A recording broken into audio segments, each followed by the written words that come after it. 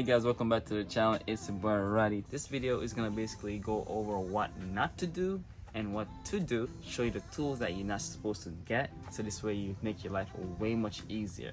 I bought these offline. They were pretty cheap, and when I bought them offline I was like, okay, maybe I could do a demonstration later on and show you how to use these, but they are not ideal to be used because they usually slip, they cause damage, and also they could actually break like this one.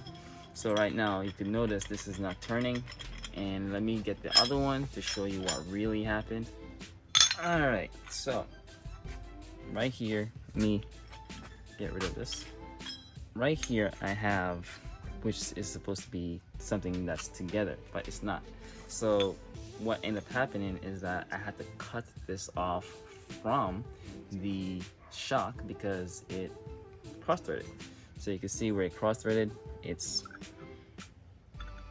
no longer good. Like it's done.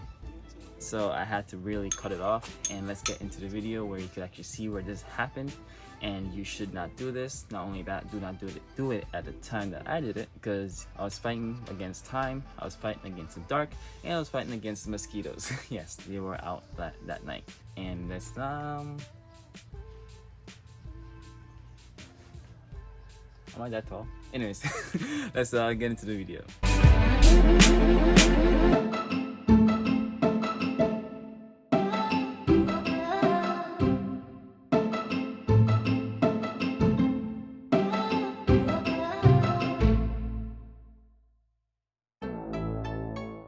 So right here on this strut, you can see there's an indent, and that's because the strut itself is bent, and that is the reason why I'm going ahead to replace the strut.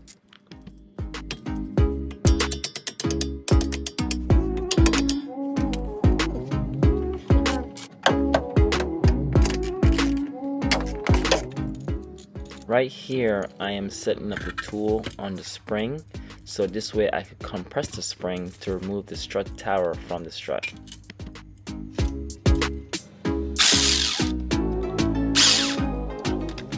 Setting up this tool can be a little bit of a pain just because it's always moving, and it's you have to make sure that you have enough tension on the spring when you bring it together, and it's very complicated. Now I'm pulling the tool together to compress the spring.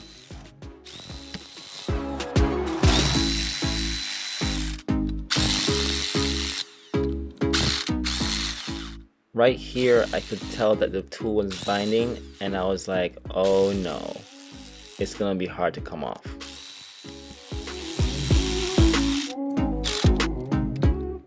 Now I'm removing this nut that holds the strut tower to the shock.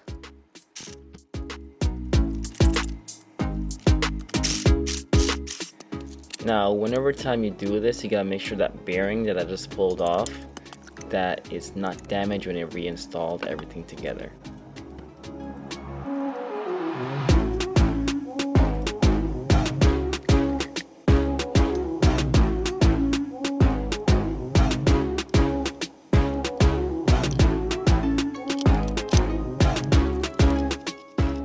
Now mind you, this is like at 9 o'clock at night. I'm tired and just trying to get this done, and the mosquitoes was biting, and just trying to stay focused the whole entire time. The tool would not move nor budge, and I'm just like, oh my gosh, I need to finish this tonight. And the frustration and everything, it just makes everything really difficult. Now this is where everything starts to go bad, because losing focus, not paying attention, and yeah, it happens.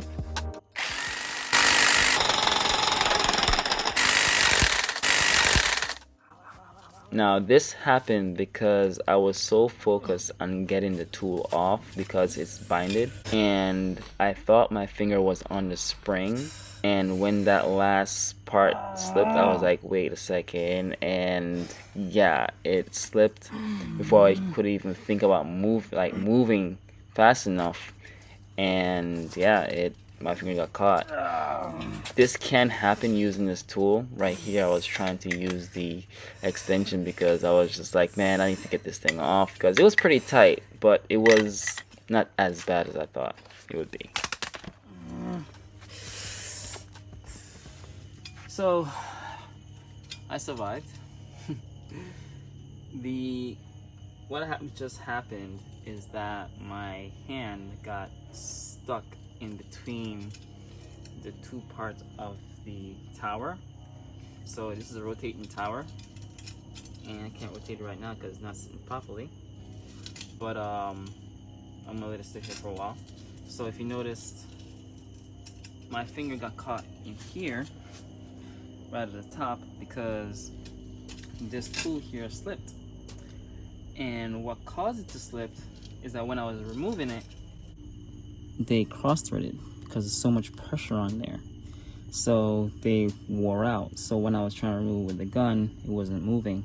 So now it's stuck on there and was giving me a hard time. So when I was removing it with the gun, you can see where it was, it slipped. And by it slipping, caught my finger into this corner here. But it's a good thing with my fast thinking.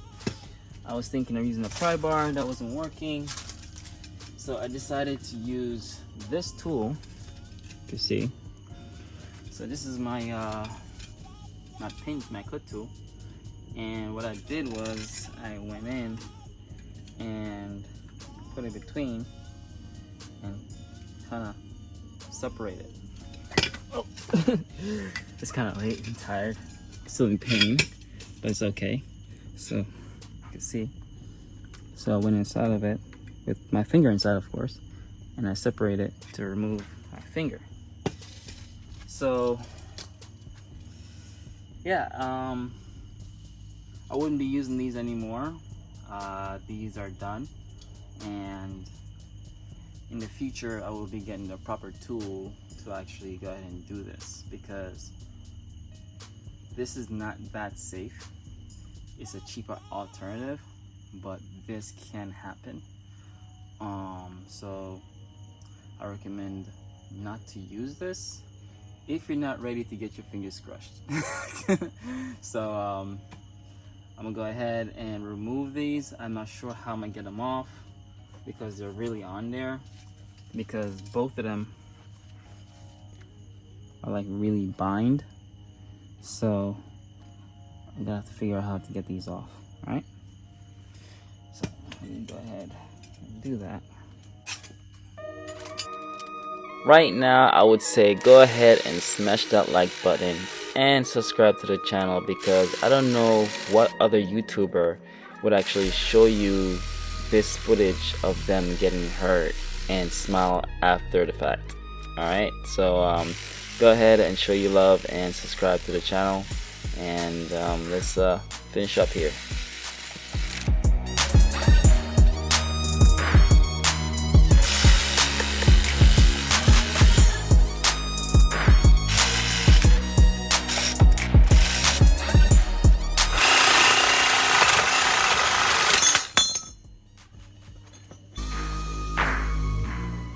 Yeah, so this is the damage. This tool is no longer usable. Yeah, it was like $30, so it's a good experiment, I would say.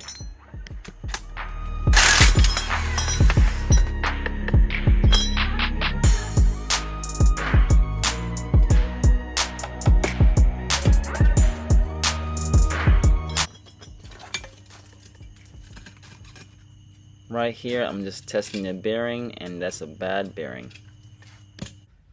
So I hope that part of the video really helped to show you not to do this. You could get yourself hurt really badly. For me, it wasn't that bad. My pain tolerance is really high, so I can actually handle the pain. But for some people, yeah, you might end up losing the finger, break a finger, lose a hand. Do not use this tool. Do not use this type of service. Do not try to do this at home, because you can really end up hurting yourself. Now we're gonna go into part of the video where it's easier for you, very simple, less headaches, and all you need is a few tools, and you could actually go ahead and replace this with no problems whatsoever. And let's get into that part of the video, because you're gonna enjoy this part, because you're gonna be ending up doing this, right? So let's go into it, and let's rock.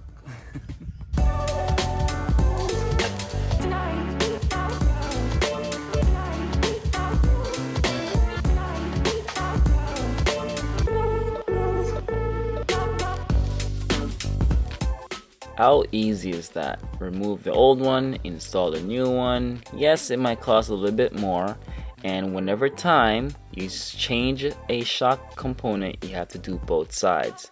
So have fun.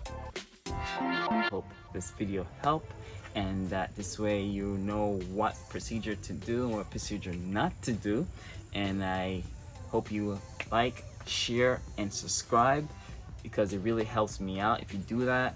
And don't forget, Rod Street Daily, it's your boy Roddy, and I'll see you in the next one. Have fun replacing your parts, and be safe. See you next time.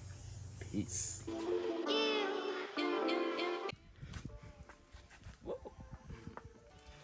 What I do recommend that you get a full